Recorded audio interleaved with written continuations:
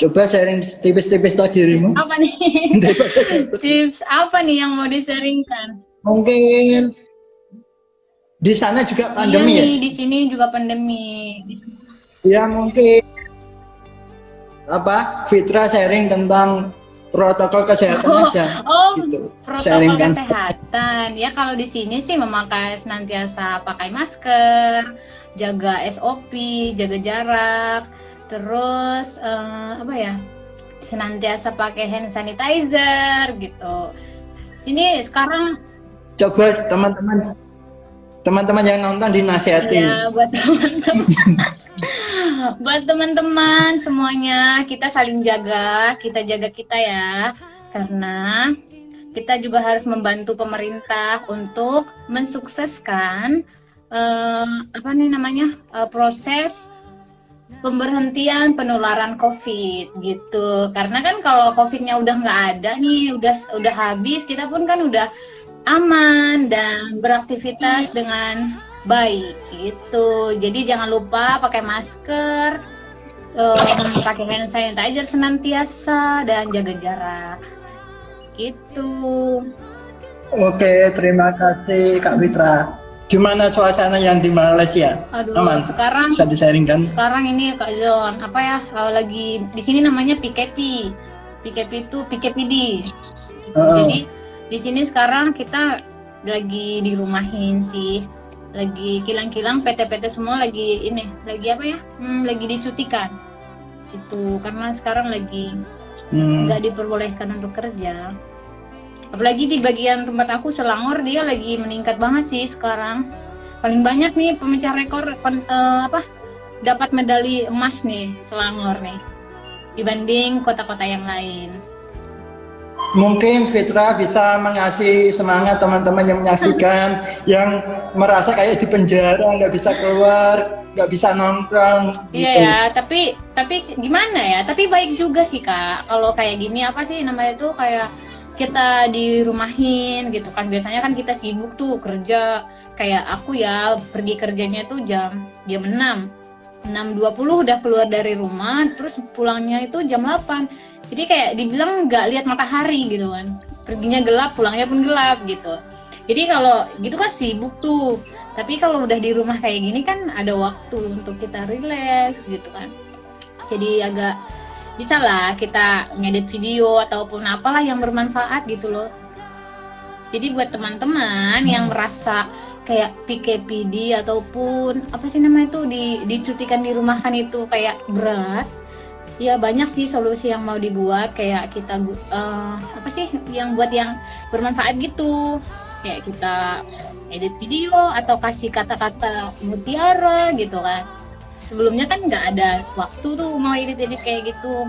Jadi bolehlah sekarang ataupun sharing-sharing gitu untuk bermanfaat buat teman-teman. Bener nggak sih? Aku kayak apa ya? Iya.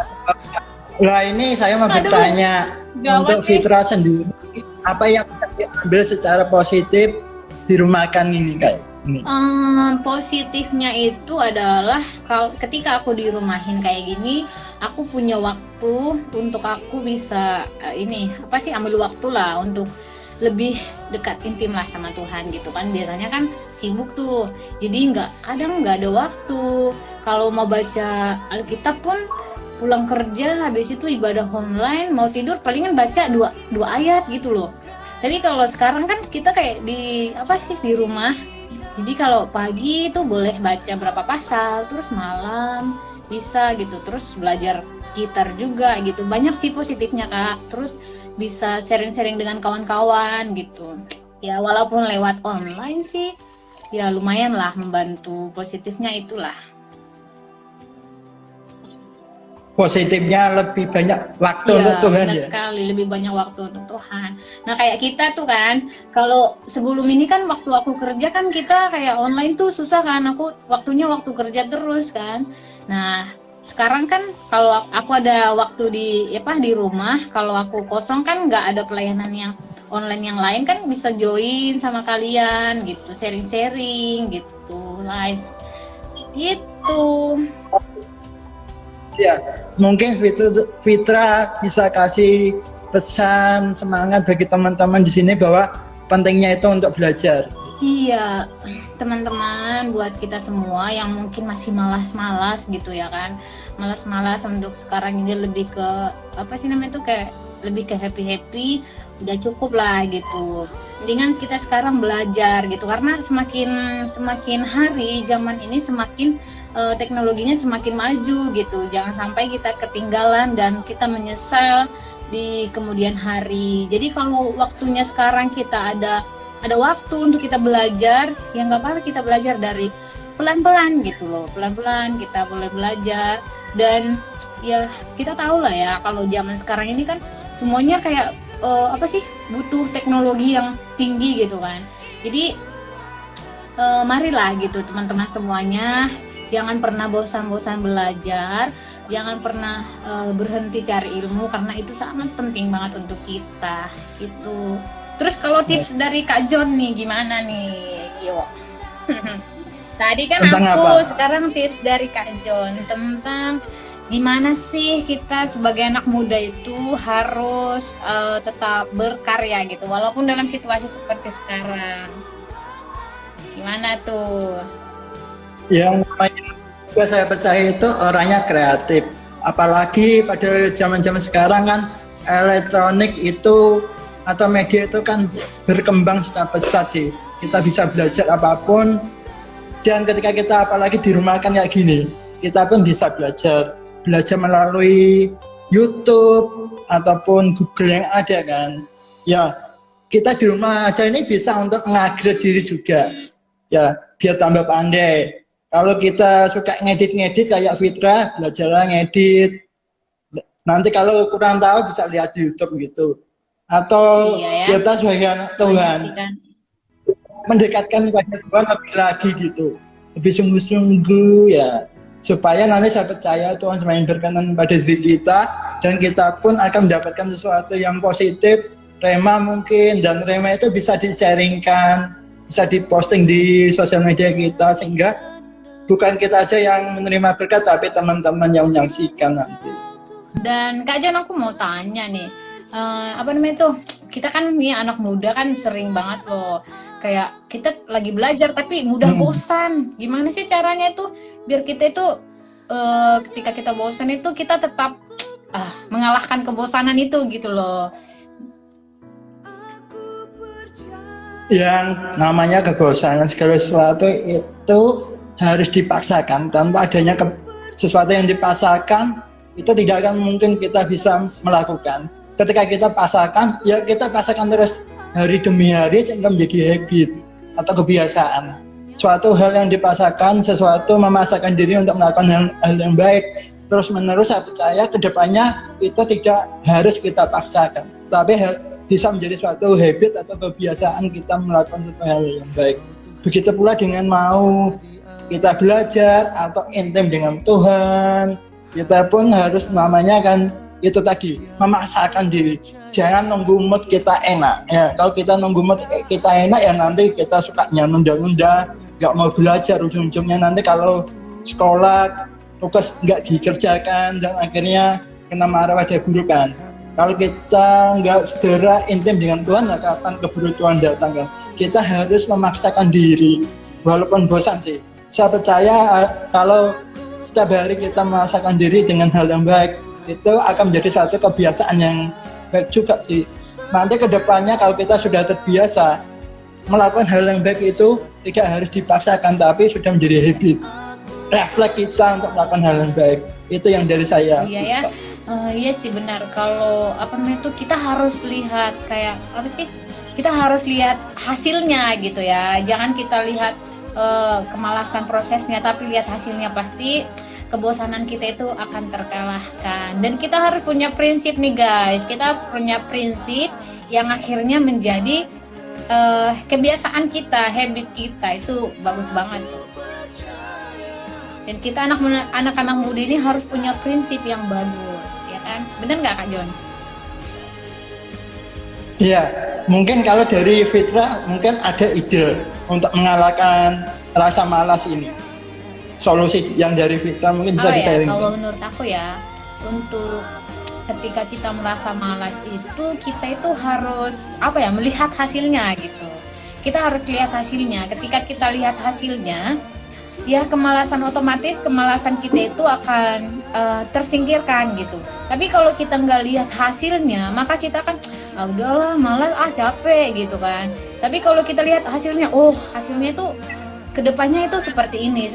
Jadi mulai sekarang nggak boleh malas gitu, harus terus berusaha kayak gitu. Nah, kita kan ini anak-anak Tuhan sih. Kadang untuk dekat dengan Tuhan itu memiliki suatu hal yang namanya malas. Mungkin kalau kita baca Alkitab itu pun malah jadi ngantuk. Iya. Nah, mungkin ada tips untuk kita dari Fitra ini. Menurut aku, itu juga aku sih pernah sih ngerasain itu ya. Kalau apalagi kayak gini, mau baca. Ingatnya sih awalnya mau nanti mau baca ini deh Alkitab gitu kan. Tapi pas sudah di kamar gitu, nanti malas, nanti mau apalagi udah pegang handphone gitu kan. Jadi malas gitu. Akhirnya nggak jadi gitu. Walaupun selalu diingatin dalam hati, Fit, kamu janji mau baca gitu.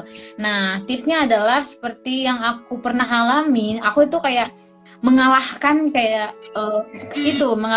rasa yang kayak nanti gitu. Akhirnya aku membulatkan tekad, oke, aku mau baca gitu. Dan tipsnya adalah kadang sih memang ngantuk, tapi jangan lupa dulu guys, sebelum baca kita harus berdoa dulu. Jadi minta supaya Roh Kudus kasih pengertian tentang firman Tuhan biar kita nggak bosan gitu. Jadi setelah itu kita mungkin boleh baca mulai dari berapa ayat gitu setiap malam atau pagi, 2 ayat. Nah, semakin hari kita akan kebiasaan nanti kita tambah, akhirnya jadi 1 pasal, 2 pasal. Nah, seperti yang kalau sekarang ini kalau aku baca Alkitab tuh ya, kadang-kadang aku kayak gimana ya, baca Alkitab tuh biasanya dulu ya 1 ayat gitu. Akhirnya aku baca 1 pasal, 2 pasal. Ketika aku mau berhenti, lanjut gitu, kayak enak gitu loh. Baca Alkitabnya kayak enak gitu. Itu kita harus membiasakan diri sih sebenarnya. Dan kita harus mengalahkan yang namanya kayak nantilah gitu. Ketika itu kita turutin nantilah gitu, nggak akan bisa guys. Jadi secepatnya kalau udah ada niat mau baca Alkitab gitu harus gitu, dan kita harus tekankan dan harus buat prinsip aku harus baca gitu. Akhirnya menjadi kebiasaan kita gitu loh. Itu sih pengalaman aku sih. Ya, ini masih tentang anak Tuhan sih. Ini kan kadang saya menjumpai teman-teman youth itu sih, kalau diajak pelayanan, ada yang nggak mau, ada yang diajak ibadah nggak mau dengan alasan saya tidak layak, saya masih berdosa, saya malu. Mungkin ada motivasi yang dari Fitra untuk teman-teman yang merasa nggak layak atau malu untuk melayani Tuhan. Iya, kalau itu sih gimana ya, gini. Kalau kamu masih ngerasa nggak layak gitu kan, semuanya itu sebenarnya kita layak karena Tuhan udah menebus kita dan udah melayakkan kita semua gitu. Dan buat teman-teman yang masih ngerasa kayak gue nggak layak lah segala macam, itu cuma alasan lu doang gitu. Sebenarnya kamu itu cuma malas aja gitu, bukan nggak layak. Kan kita udah tahu bahwa Tuhan udah menebus kita dan melayakkan kita gitu kan. Dan sekarang waktunya kita kita terus untuk mengupgrade diri kita. Dan kalau kita merasa nggak layak, ya mungkin ada sesuatu yang dia buat gitu, ada mungkin dosa yang dia perbuat, akhirnya dia merasa dia nggak layak. Nah, ketika kamu berbuat dosa, ya kamu minta ampun sama Tuhan secepatnya gitu sih. Menurut Kak Jeng gimana tuh? Kalau ada pelayan yang nggak layak, merasa nggak layak gitu loh. Kalau ada teman-teman yang merasa tidak layak, ya memang kita tidak layak untuk melakukan sesuatu yang baik di hadapan Tuhan. Tapi ingat, Tuhan Yesus sudah berkorban di kayu salib, menebus setiap dosa-dosa kita. Itu sebuah karya untuk membuat kita layak. Kita dilayakkan untuk apa? Untuk melayaninya, untuk mengasihinya, bahkan untuk mengasihi dan melayani sesama kita. Makanya teman-teman, meskipun kita tidak layak, tapi kita sudah dilayakkan. Jangan sampai kita merasa tidak layak terus. Tapi ingat, Tuhan sudah melakukan karya terbesarnya, yaitu pengorbanannya di kayu salib, sehingga setiap kita yang percaya pada pengorbanannya itu menjadi layak untuk melayaninya. Makanya ayo teman-teman, semangat melayani Tuhan, semangat beribadah. Kalau kita nunggu kita layak, ya kapan, nggak mungkin layak kan. Tapi ingat, Tuhan sudah melayakkan. Jangan merasa tidak layak terus, karena Tuhan sudah melayakkan kita. Ini yang terpenting. Kalau kita nggak melayani Tuhan dari sekarang, lah kapan keburu Tuhan datang, keburu Tuhan memanggil kita, kan repot, Kak Fitra. Iya, jangan sampai ya Tuhan kayak mengetuk kita, mengingatkan kita dengan caranya Tuhan, baru kita mau datang sama Tuhan. Ya sebenarnya nggak harus ditegur Tuhan dulu baru kita datang. Dan buat teman-teman semua, jangan sampai udah datang teguran baru kita mau datang sama Tuhan gitu. Ayo dong, sekarang kita lihat loh, kalau sekarang ini kayak kegerakan rohani itu meningkat banget ya kan, booming banget sekarang, kayak berapi-api. Jadi jangan mau ketinggalan buat teman-teman semua, jangan mau ketinggalan, dan jangan mau kayak orang udah lagi berapi-api memuji Tuhan tapi kita tetap masih di rumah malas-malasan gitu, nggak ada gunanya. Jadi ayo dong, kita sama-sama bangkit, sama-sama mendukung, sama-sama kayak saling mengajar gitu, ya kan Kak John? Ya, kalau tentang saat teduh Fitra sendiri gimana sih sistemnya? Kalau aku saat teduh sih aku lebih kayak gini, aku tuh kayak main gitar, aku penyembahan dan aku doa sih kayak gitu. Nah, waktu saat teduh itu aku akan naikin doa aku, pergumulan aku sama Tuhan, dan membangun keintiman sama Tuhan gitu. Lebih kayak menyembah gitu loh, lebih penyembahan gitu. Terusnya ada pertanyaan lagi. Menurut Fitra secara pribadi, Tuhan Yesus itu adalah pribadi yang gimana sih menurut Fitra? Tuhan Yesus itu pribadi yang sangat luar biasa, yang baik banget, dan pokoknya segala sesuatunya itu ada sama Tuhan Yesus deh. Penolong yang baik dan pengasih, penyayang, pokoknya nggak ada yang bisa nyamain Tuhan Yesus gitu. Intinya adalah dia itu sosok seorang yang sangat luar biasa, dan gimana ya, kayak menceritakan kebaikan dia itu kayak nggak cukup gitu loh. Nggak cukup yang kayak kita ngomongin itu, lebih dari apa yang kita omongin itu gitu. Kayak di pikiran kita itu sampai nggak bisa dijelaskan gitu. Pokoknya dia itu luar biasa. Iya sih, Tuhan itu baik sih, sampai mau turun ke dunia, bahkan mengorbankan nyawanya kan, dan bangkit pada hari ketiga. Itu demi menyelamatkan kita yang percaya pada Tuhan. Kan kalau jadi Tuhan kan bisa menghancurkan kita kan, kita orang yang sukanya berdosa. Tapi Tuhan nggak mau menghancurkan kita, tapi mengasihi kita dengan cara menyelamatkan kita, setiap kita yang percaya, dengan Dia menjadi manusia seperti kita dan rela mati di kayu salib demi kita. Itu sangat luar biasa sih. Ini saya mau bertanya kepada Fitra. Ini kan kadang ada teman-teman anak muda mau melepaskan kebiasaan yang buruk yang lama gitu, mau bertobat menjadi anak yang baik, menjadi berkenan di hadapan Tuhan, tapi mereka merasa sangat struggle atau bergumul gitu, berat rasanya. Mungkin dari awal mau berubah itu enak sih, mudah, tapi kelama-lamaan tambah sulit prosesnya. Mungkin Fitra bisa memberi semangat bagi teman-teman yang mengalami ini. Oh iya, buat teman-teman yang lagi proses dalam perubahan, meninggalkan hal-hal yang buruk, mungkin memang sulit banget pastinya, harus dengan kayak tekad yang sangat kuat gitu yang ini. Terus yang ketika mengalami namanya proses seperti itu, ya tetap kita harus berpegang teguh sama Tuhan gitu, dan terus ingat bahwa Tuhan itu adalah penyelamat kita. Nah, ketika kita mengalami satu proses dalam proses perubahan kita, ketika kita kayak ngerasa, aduh kok banyak banget sih tantangannya, udahlah nggak jadilah gitu kan. Nah, ketika itu mulai datang, nah kembali lagi kita harus ingat bahwa Tuhan itu adalah salah satu jalan untuk kita masuk berjumpa dengan Bapa gitu. Jadi kita harus ketika itu mulai datang, kita harus memperkuat diri kita untuk terus baca firman, doa gitu, dan membangun keintiman kita dengan Tuhan, minta kekuatan dari Roh Kudus gitu. Karena ketika kita cuman berjalan sendiri, kita akan nggak mampu gitu.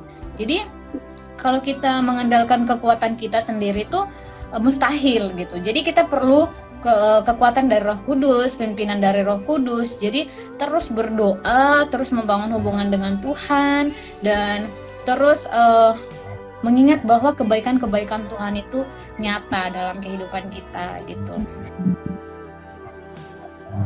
Yang terpenting itu adalah niat ya. Dan ketika niat sudah ada, jalankan. Yang terpenting ini mengandalkan Tuhan. Kalau kita tidak mengandalkan Tuhan, tidak akan mungkin keluar dan bisa. Makanya teman-teman boleh mengambil respon, bertindak, tapi jangan lupakan Tuhan. Karena kunci kekuatan kita hanya di dalam Tuhan. Betul sekali. Betul kan? Mantap. Jadi buat teman-teman yang lagi lagi proses mau udahlah aku mau ninggalin kehidupan aku yang lama nih, aku mau berbalik sama Tuhan. Kamu harus tetap semangat dan terus berjuang gitu. Kenapa? Memang sakit sih awal-awalnya, sakit kayak berat banget, tapi kita harus lihat hasilnya pasti luar biasa dan kita mempunyai hasil yang baik banget. Dan hasilnya itu adalah sukacita dan kemenangan gitu. Fitra, ini kadang saya menjumpai teman-teman youth, dia punya problem, masalah yang berat, tapi kita membantu dia itu agak terhalang. Kenapa? Karena mereka itu kadang ada yang merasa sungkan, takut share dengan kita atas masalahnya, sehingga kita pun jadi nggak bisa membantu sih. Ada penghalang itu. Mereka itu ada yang sungkan, ada yang merasa malu untuk sharing dengan kita. Mungkin Fitra ada encourage bagi teman-teman untuk hal ini. Mungkin bagi mereka yang malu untuk sharing pada kita atau sungkan. Bahkan nanti yang berikutnya Fitra bisa kasih solusi bagi kita yang mau melayani mereka. Oke. Ya, jujur sih Kak, itu memang hal yang sampai saat ini juga aku alamin ya di komsel aku gitu ya. Karena memang kita nggak bisa maksain sih mereka untuk cerita sama kita gitu. Mungkin ada yang memang orangnya itu susah untuk bercerita gitu, tapi ya di balik itu semua kita harus terus mendoakan mereka dan harus terus merangkul mereka gitu. Walaupun mereka kita tahu kalau dia ada masalah. Nah, dengan gimana caranya kita mengalami membuat pendekatan dengan mereka gitu. Kita dengan cara kita itu ya kita harus kita care dengan dia dan kita melakukan pendekatan gitu sama dia, dan ya coba untuk kita kasih pemahaman bahwa kita itu butuh komunitas gitu. Ketika kita ada masalah, jangan sungkan untuk kita bercerita. Setidaknya coba cerita kepada mungkin ada satu orang yang mungkin dia percaya, yang mungkin ya masalah dia nggak bisa diomongin di depan banyak orang gitu. Dan kita sebagai pemimpin youth, dan kita sebagai yang seniornya, kita juga harus bisa menjaga kepercayaan mereka. Nah, ketika mereka udah mau bercerita, kita harus jaga privasi mereka. Karena apa? Karena banyak anak-anak komsel itu mereka takut untuk bercerita karena takut apa yang dia ceritakan itu, masalah dia itu diketahui orang lain. Karena memang kan ada yang sifatnya pribadi gitu kan.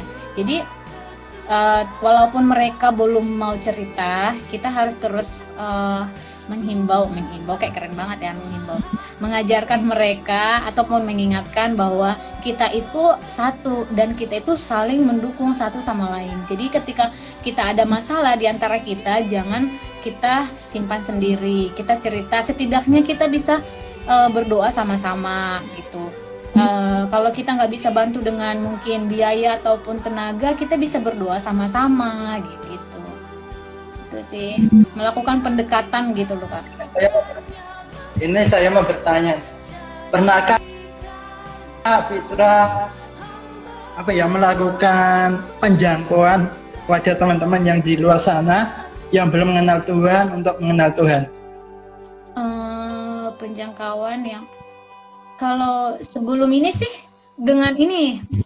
kalau sebelum ini sih nggak pernah sih ya. Cuman kayak gimana sih? Dulu pernah kayak ada orang yang contohnya kerja di sini, kerja bangunan, mereka itu dari Timor Leste atau dari mana ya. Nah, jadi kami tuh mulai mendekati mereka dengan cara mulai kumpul barang, masak-masak sama kayak gitu. Jadi yuk kita gabung yuk masak-masak kayak gitu loh Kak, masak-masak yuk gitu. Jadi akhirnya kita masak-masak terus kayak buat kumpulan-kumpulan gitu. Nah dari situ kita mulai ini loh, ikut yuk, gabung yuk, ini ada ibadah loh, gini gitu, baru kita masuk. Tapi jangan ketika udah jumpa langsung kita ayo kamu harus ini, nggak boleh gitu. Tapi kita harus melakukan pendekatan dulu sih Kak. Pendekatan ya, kita buatlah kayak ada acara-acara dulu atau apa gitu. Nah setelah kita udah mulai connect, udah mulai kompak dengan mereka, baru kita pelan-pelan untuk mengajak mereka kayak gitu. Dan untuk saat ini Keren kayak sih. dari gereja itu ya, kami ada acara kayak baksos gitu ke orang-orang yang belum mengenal Tuhan, kayak pedalaman gitu, orang-orang asli. Jadi kita itu kayak kasih sumbangan, siapalah yang suka rela, mungkin ada yang kasih mie kah, kasih beras, kasih baju yang mungkin udah nggak dipakai semuanya gitu. Jadi kita kumpulin semuanya, dan kita cari satu waktu untuk kita pergi ke sana, kita sumbangin gitu. Itu caranya. Dan ya kita terus berdoa juga gitu. Kalau pengalaman saya pribadi itu ketika di ojek online ataupun pas naik bis, nah itu pasti saya kadang-kala diajak ngobrol. Kalau naik ojek online pasti diajak ngobrol sama drivernya. Mungkin kalau naik bis diajak ngobrol sama kernetnya ataupun penumpang yang lain. Kadang saya kalau diajak ngobrol itu saya arahkan ke bawah untuk mengenal Tuhan sih. Saya cerita tentang Tuhan. Tapi awal-awalnya saya menanggapi pertanyaan mereka gitu. Tapi nanti saya putar arahkan untuk bawah untuk mengenal Tuhan sih kalau dari saya gitu. Oh iya. Kan saya kan itu saya kan lemah kan gitu kan, cacat istilahnya juga kan. Kadang banyak orang tanya, kok tetap semangat jalan hidup ini gitu kan, kondisi fisik kayak gini. Langsung saya arahkan ke Tuhan kan, karena ada Tuhan yang mengasihi saya, bahkan dia mau mati untuk saya, untuk menyelamatkan saya yang percaya padanya. Itu Fitra.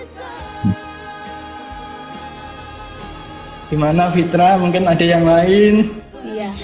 Kalau aku juga sering sih Kak, ketika aku tuh mau pergi ke ini ke kerja, aku naik Grab gitu kan, ataupun ke gereja, kadang mereka tanya sih, kadang ada yang tanya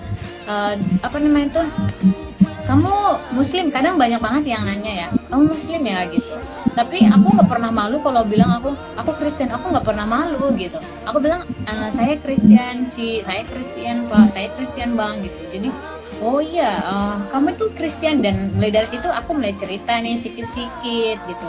Dan akhirnya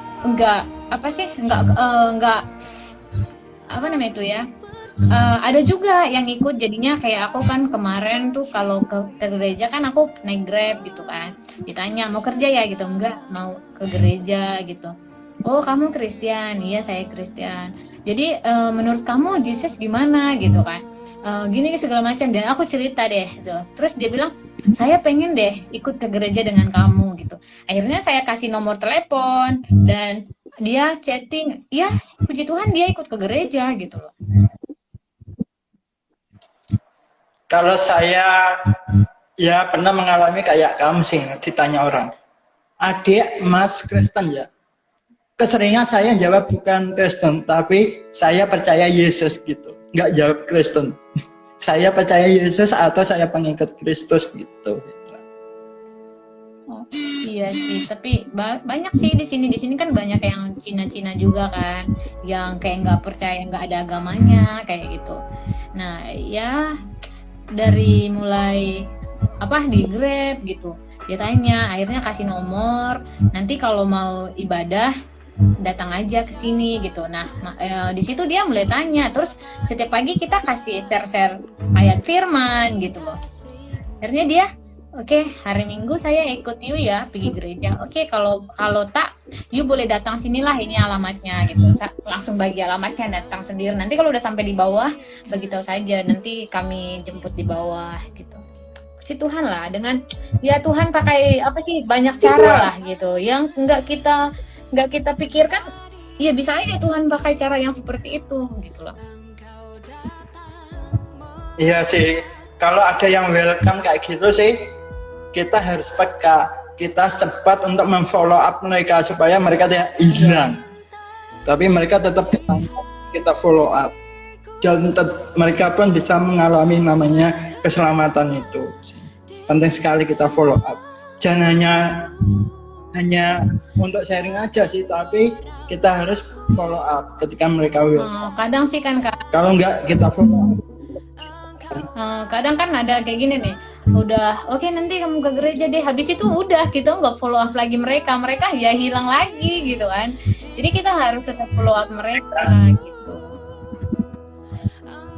Mungkin kalau kita kan nggak sempat minta kontaknya mereka, paling nggak kan dari awal kita sempat untuk berkenalan. Nah itu ketika kita sudah sempat berkenalan, udah tahu namanya, asalnya mana, itu diingat.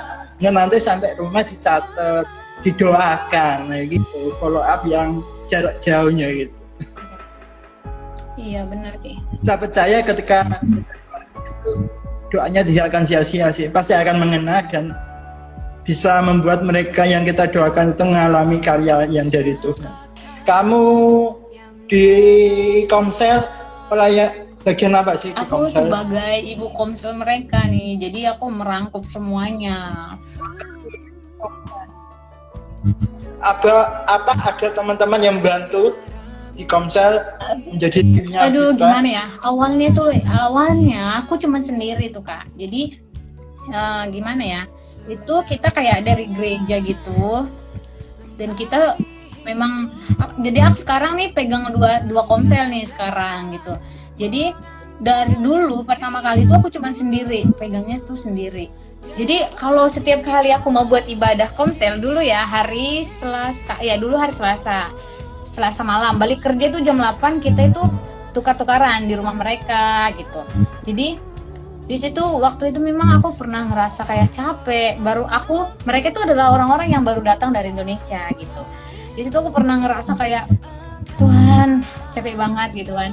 Karena apa? Karena ketika aku biasa, mereka kan belum mengenal banget gitu ya Tuhan, kita tahu lah ya dari kampung gimana gitu kan. Di situ kalau aku pernah ngerasa kayak aduh capek banget Tuhan, gimana sih aku harus mengatasi. Dulu tuh aku main gitarnya itu cuman belajar tuh Kak, belajar. Terus gimana ya, aku pikir gini, gimana sih caranya aku harus memimpin Komsel ini, memimpin pujian gitu. Tapi ya udah deh gitu, ya udah aku maju aja. Akhirnya ya aku, walaupun aku nggak tahu lagunya, aku belajar di situ, salah-salah nggak apa-apa gitu. Dulu walaupun kuncinya lari-lari main gitarnya, aku cari kuncinya, dan handphone aku ada kuncinya dari Google, terus aku lihatin itu gitu.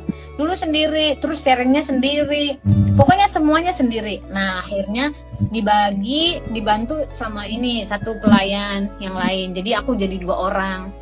Nah aku belajar dari situ terus, akhirnya dari Komsel aku ada yang pelayan juga, akhirnya masuk pelayan. Nah dan aku akhirnya buat tim gitu, ada yang gimana ya, timnya kayak aku bagi gitu, ketuanya siapa dan bendaharanya siapa, sekretarisnya siapa gitu, dan aku tuh terus berperan juga di dalamnya gitu.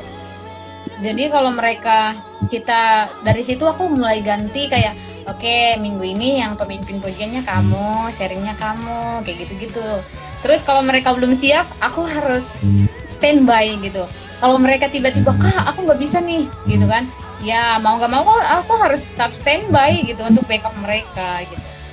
ya semoga semakin hari semakin baik dan semakin apa sih namanya itu semakin bertumbuh lah gitu. Itu memang pergumulan aku sekarang sih, karena kan semakin hari tuh COVID membuat anak-anak aku tuh semakin malas.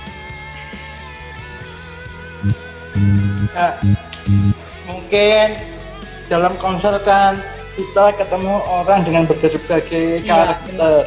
Mungkin pernah nggak membuat Fitra menjadi apa ya, down dalam melayani komsel ini, ataupun mungkin pernahkah Fitra dalam melayani komsel ini mengalami kejenuhan? Mungkin bisa disarankan.